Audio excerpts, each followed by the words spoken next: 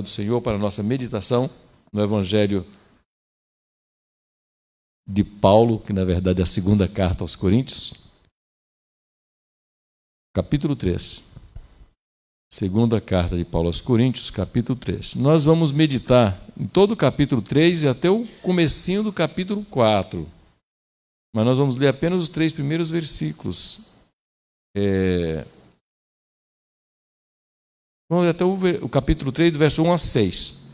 Mas nós vamos meditar em todo o capítulo e o começo do capítulo 4 também.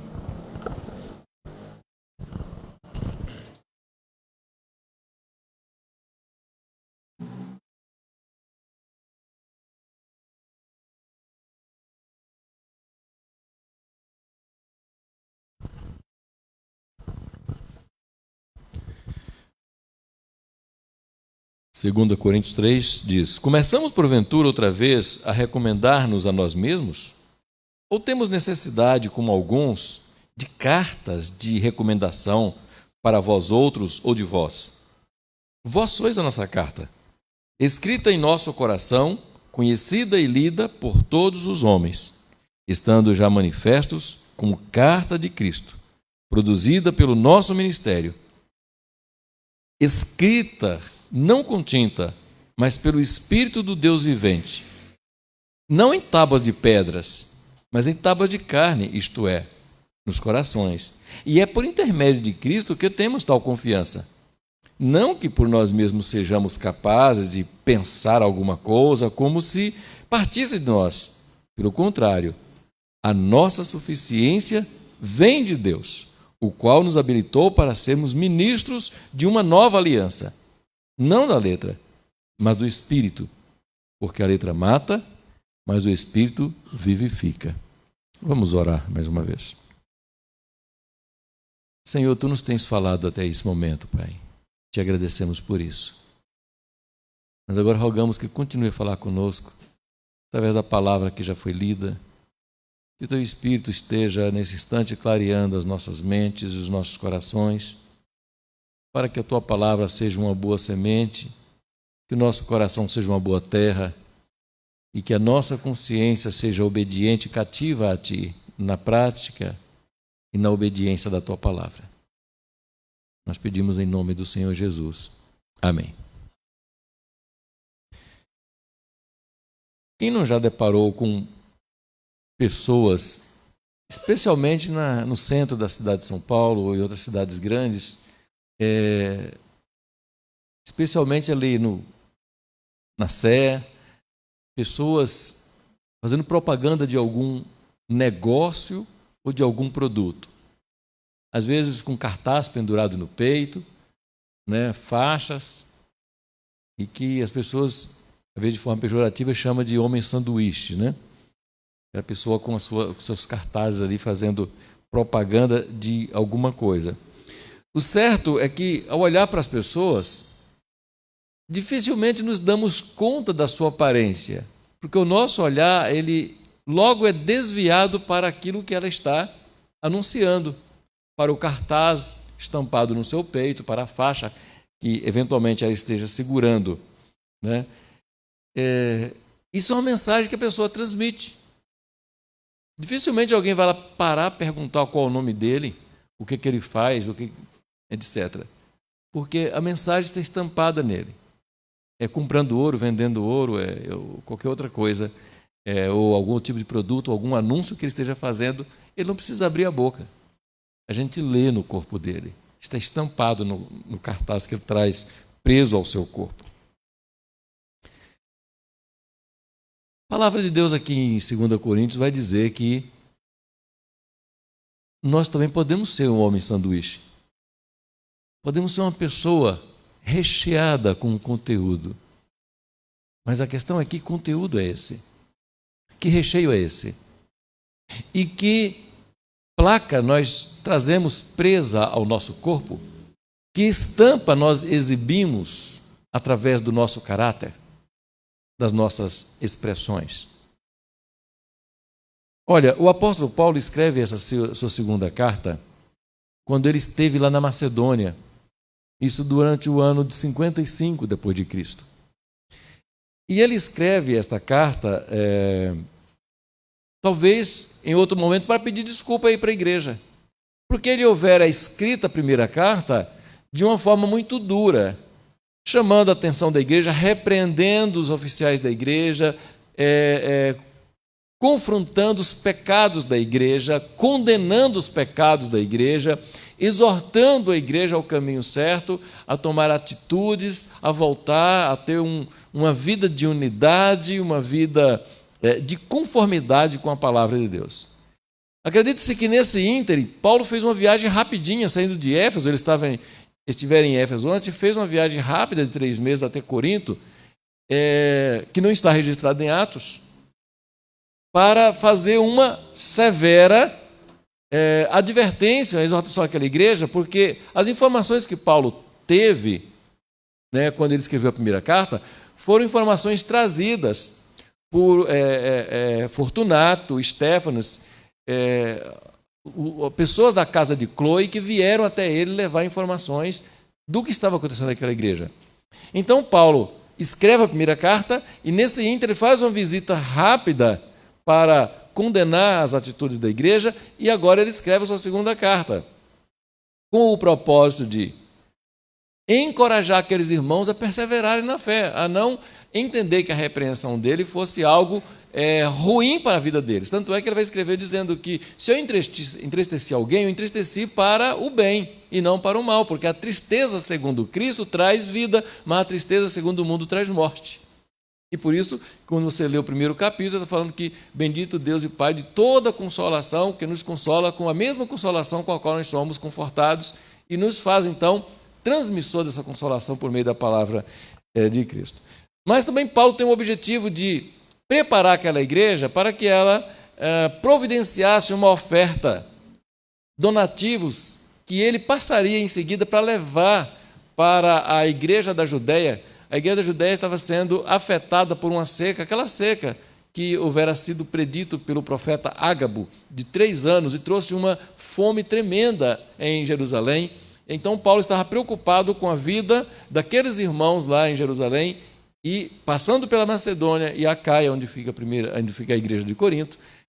Então, recomendo os irmãos a prepararem uma oferta, e aí você vai ver no capítulo 7 e 8 e 9 da segunda carta, que eles não deixassem para fazer aquela oferta quando ele chegasse, mas deixasse pronta para quando ele passar, apenas levasse aquela oferta para socorrer os irmãos em necessidade lá em Jerusalém. Então, Paulo tem o objetivo de encorajar a igreja, consolar a respeito da repreensão que ela havia dado, preparar aqueles irmãos para a oferta de doação à igreja da Judéia e também rebater acusações falsas que alguns mestres, alguns falsos apóstolos haviam intrometido naquela igreja e estava fazendo contra a pessoa de Paulo.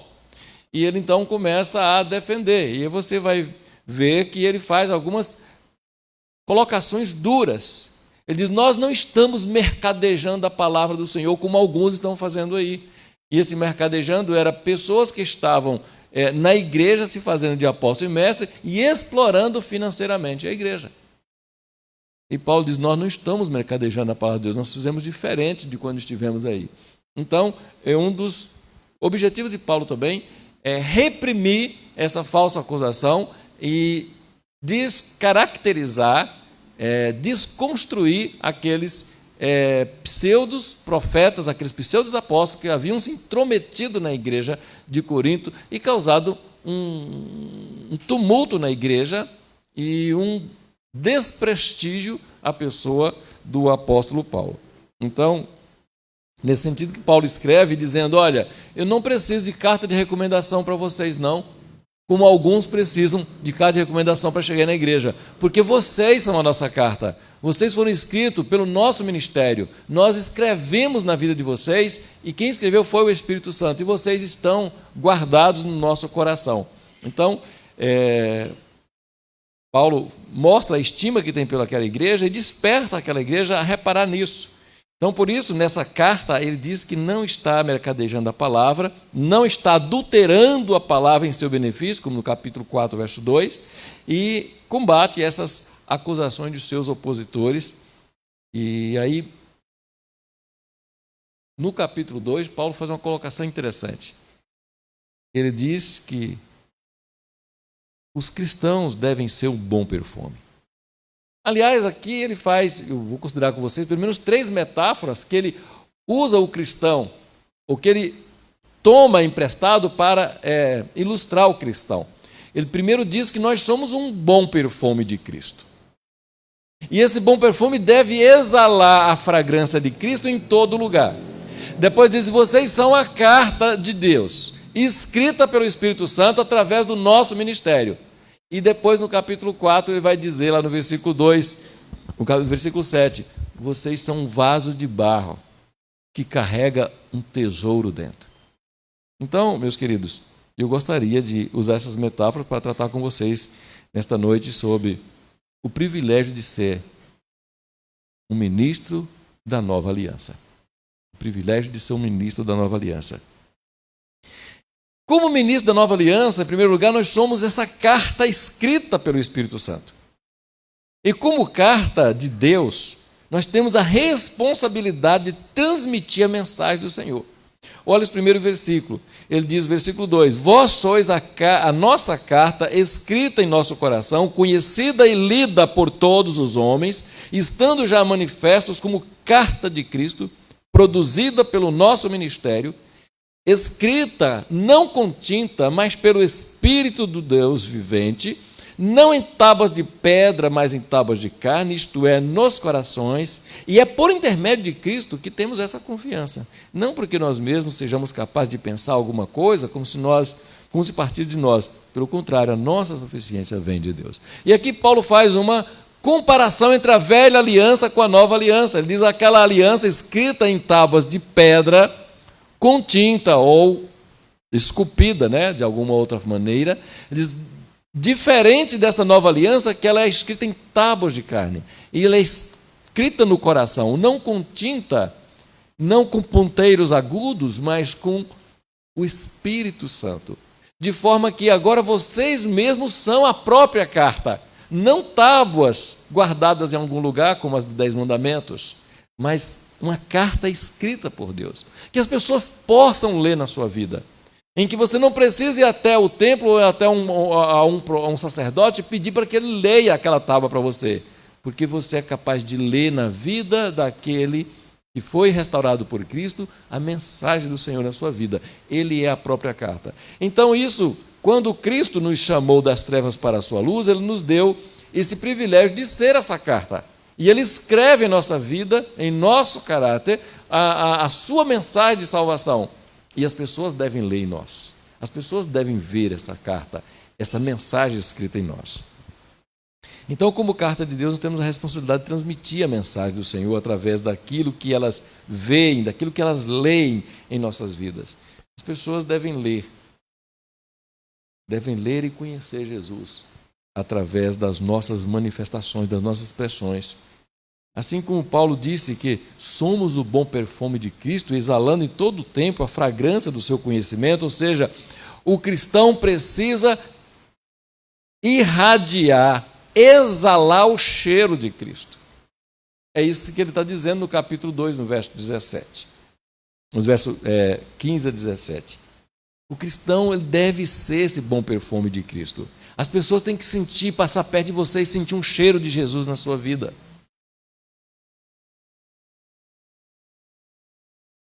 Só que é um detalhe, você é apenas a fragrância, você nunca será a essência. E Paulo vai dizer no versículo 5, não é de nós mesmos, não que nós sejamos essa essência, a essência é Cristo.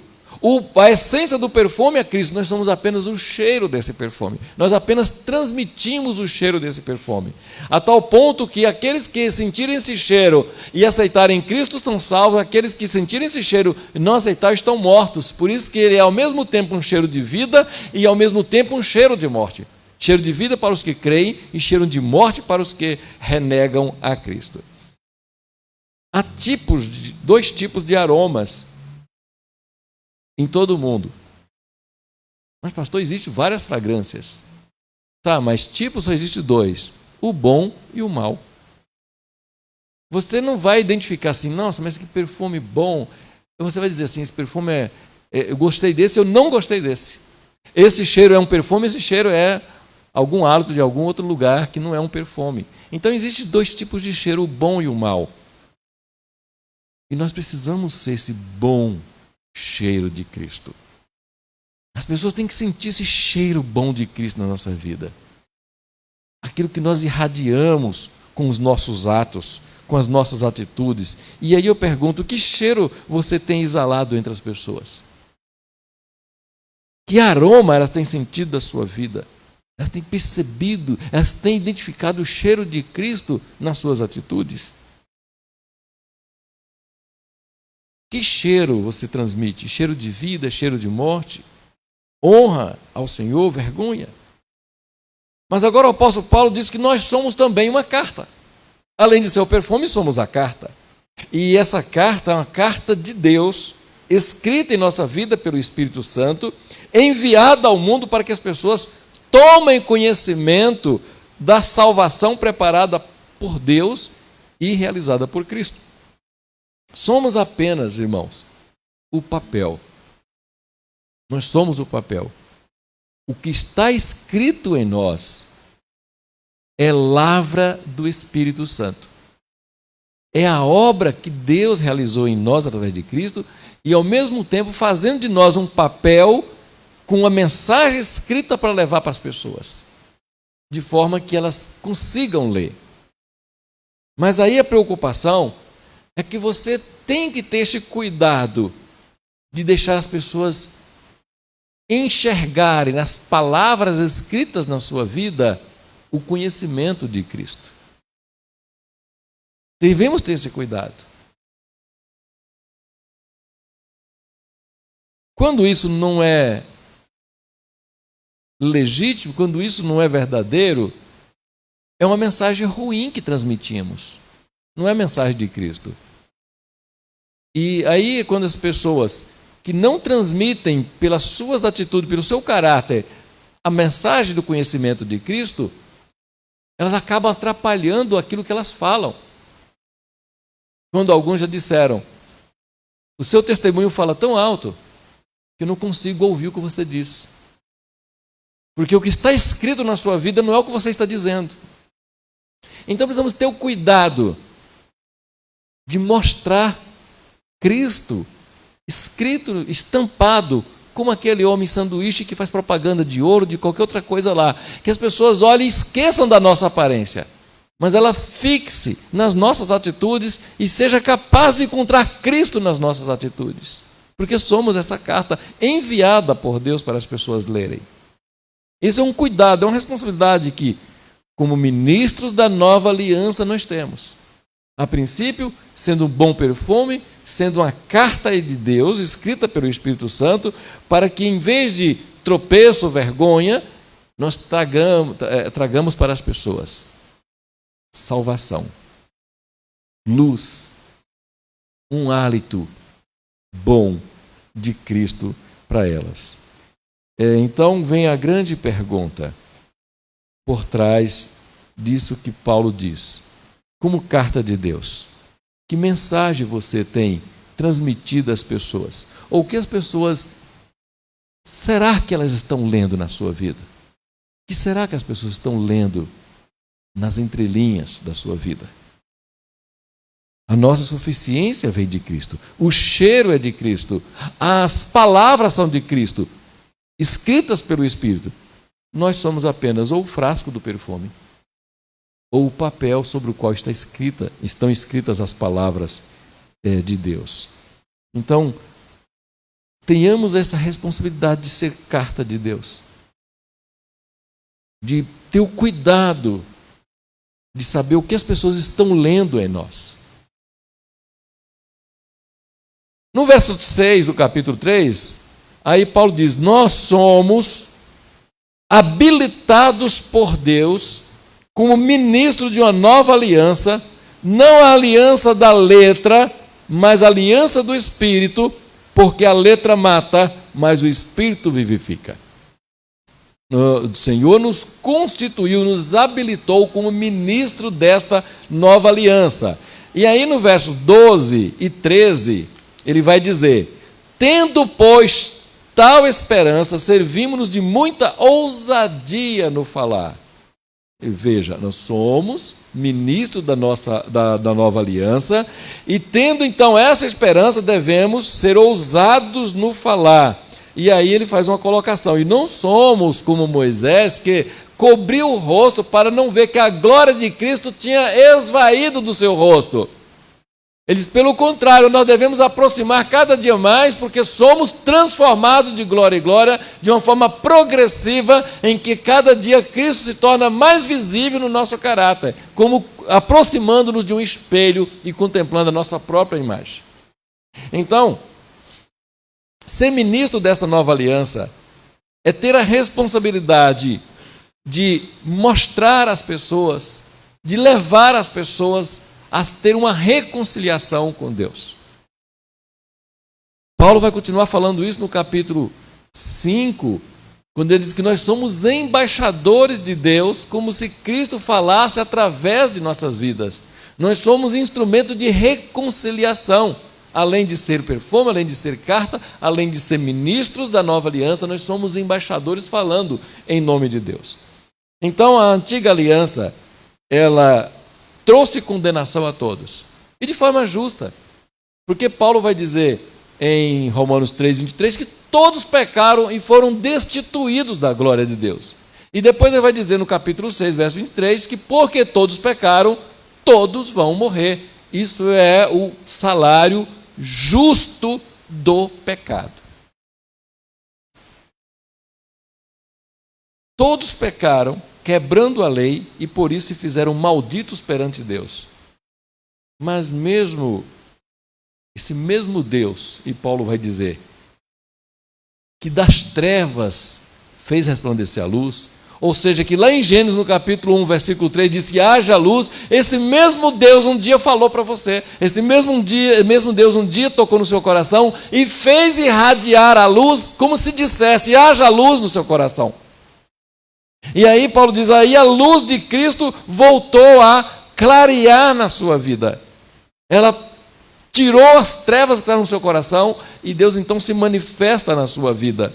O mesmo Deus que criou a luz, Ele também criou a luz de Cristo em você, fazendo resplandecer no seu coração a sua glória, como diz Paulo, na face de Cristo, mostrando a face de Cristo na sua vida. Então, o verso 7 diz: se o ministério da morte, gravado em letras de pedra, se revestiu em glória, a ponto dos filhos de Israel não poderem fitar a face de Moisés por causa da glória do seu rosto, ainda que desvanecente, como não será de maior glória o ministério do Espírito? Porque o ministério da condenação foi glória, em muito maior proporção será glorioso o ministério da justiça. Porquanto, na verdade, o que outrora foi glorificado, nesse aspecto, nesse respeito, já não resplandece diante da atual sobreexcelente glória. Estamos num estágio muito mais privilegiado que Moisés, porque a glória que Moisés tinha quando descia do monte, ou quando tinha um encontro com Deus, era uma glória que durava pouco tempo, e ele tinha que cobrir o rosto para que as pessoas não percebessem que não tinha mais glória nenhuma ali. Eles eram uma glória temporária, passageira, de uma aliança da letra, que não trazia permanência da presença de Deus na vida da pessoa. Ele diz, mas nós hoje somos ministros de uma nova aliança, que não precisamos mais cobrir o rosto, porque a glória de Cristo tem que estar estampada o tempo todo na nossa vida. E aí diz que nós devemos então nos aproximar cada dia mais numa glória progressiva. A partir daquele momento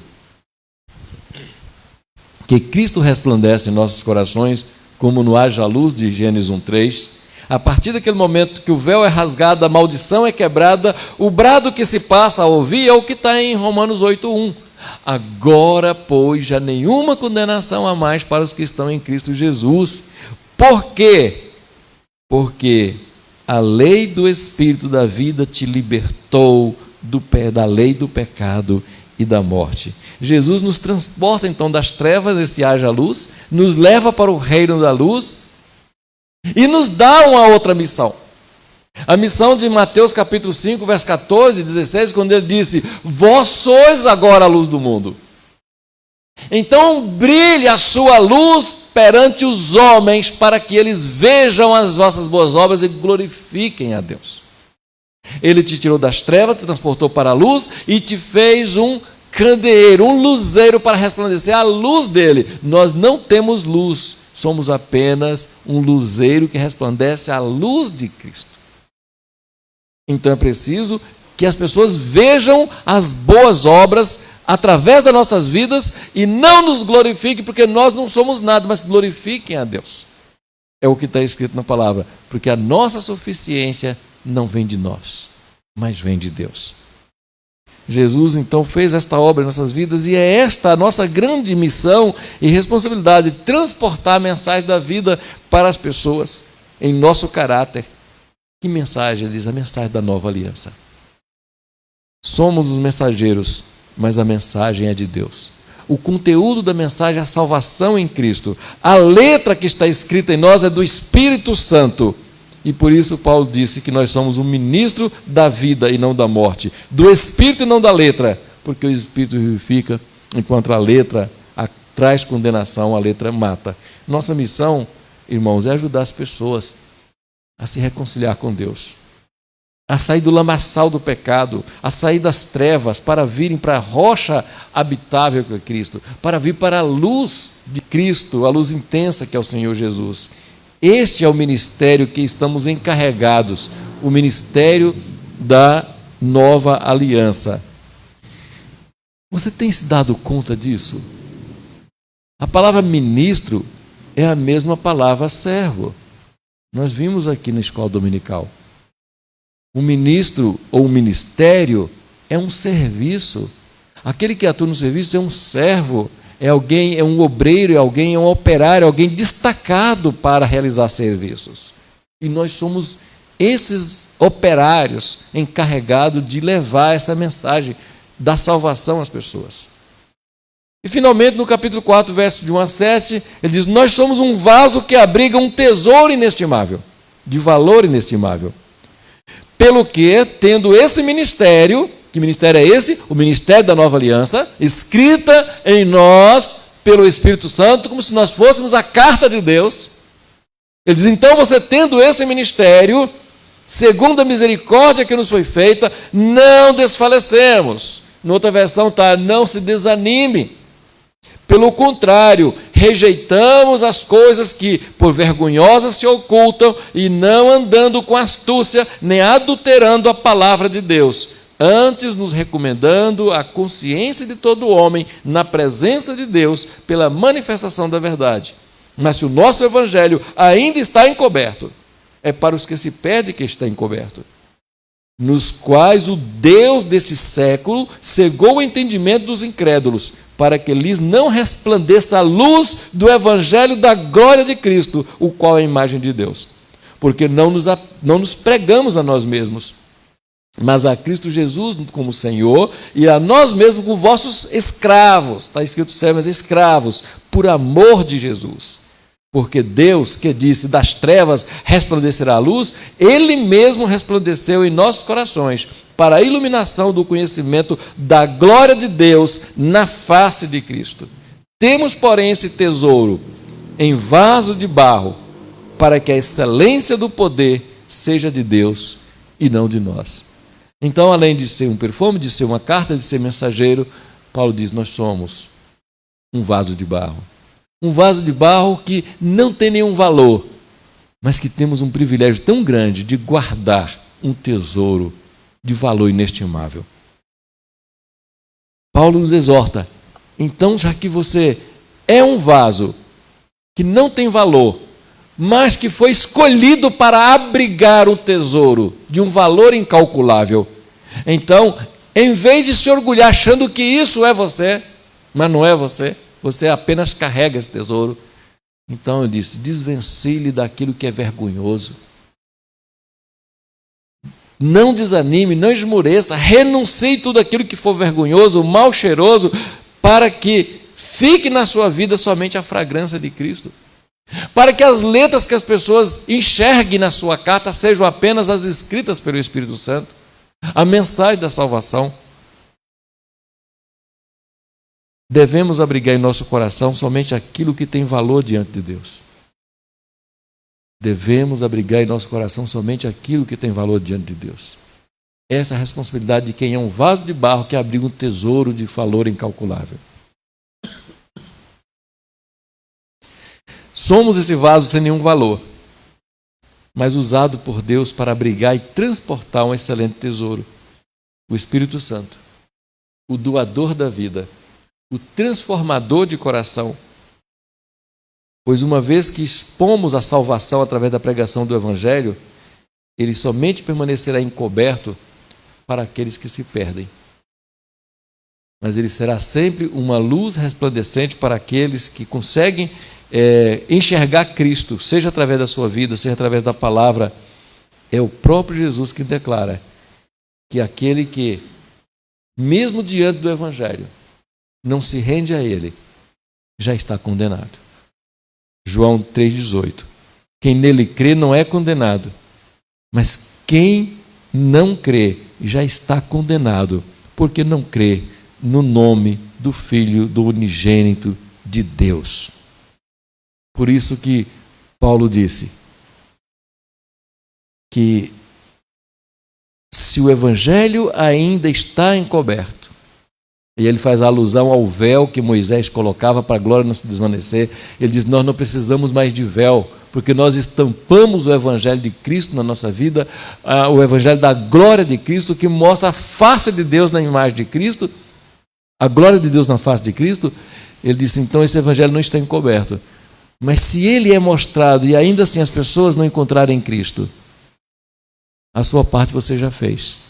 Ele diz, então, está encoberto para a perdição daqueles que mesmo enxergando estão cegos, porque o Deus deste mundo cegou-lhes o entendimento para que elas não reconheçam a Cristo e no seu coração não haja luz, não resplandeça a luz do Evangelho de Cristo.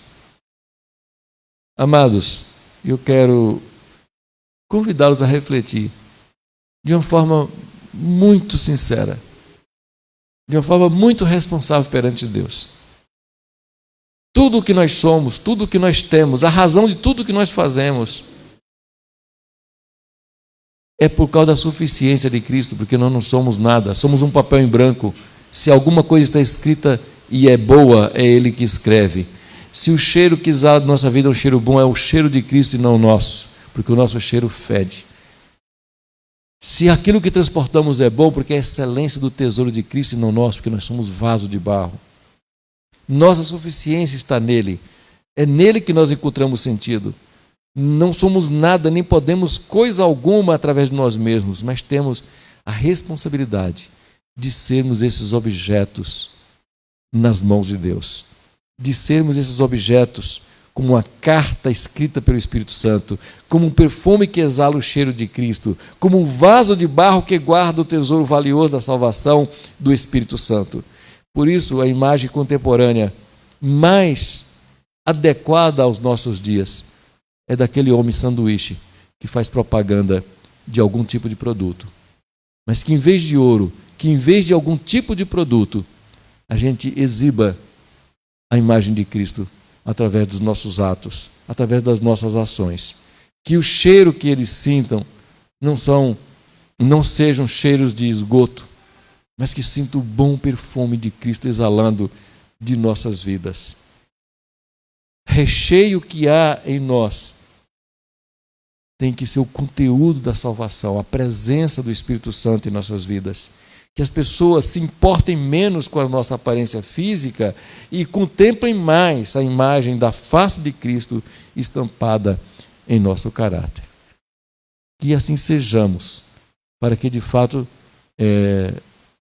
também sejamos conhecidos como ministros de uma nova aliança, da aliança que traz vida, da aliança do Espírito, da aliança que leva as pessoas à salvação, e não uma aliança fria da letra, numa tábua de pedra fria que traz condenação. Que você se ofereça a Deus como essa carta verdadeira. Que você se ofereça a Deus como esse vaso de barro, como esse frasco de perfume, e que você mostre as escrituras do Espírito Santo em sua vida. Que você exale o cheiro de Cristo na sua vida e que você transporte no seu coração somente aquilo que é precioso, o Espírito Santo e os frutos que dele advêm. Deus te abençoe.